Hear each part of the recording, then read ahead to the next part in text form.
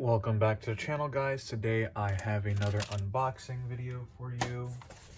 As you can see here, it's from Geissele, and that should be good enough. Alright guys, so here we have a buffer tube from Geissele. You can see the castle nut and whatever this part is, I don't remember, is already on there. Super awesome. And here we have a Super 42 H2 weighted spring.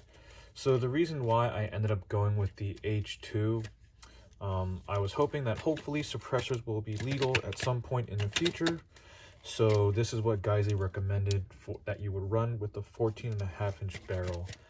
But regardless, I'm super excited to put this in. All I need is a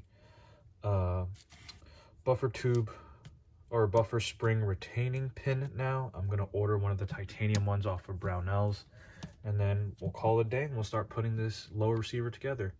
Thanks for watching, guys. Please comment, like, subscribe, and let me know what you'd like to see next. Stay safe.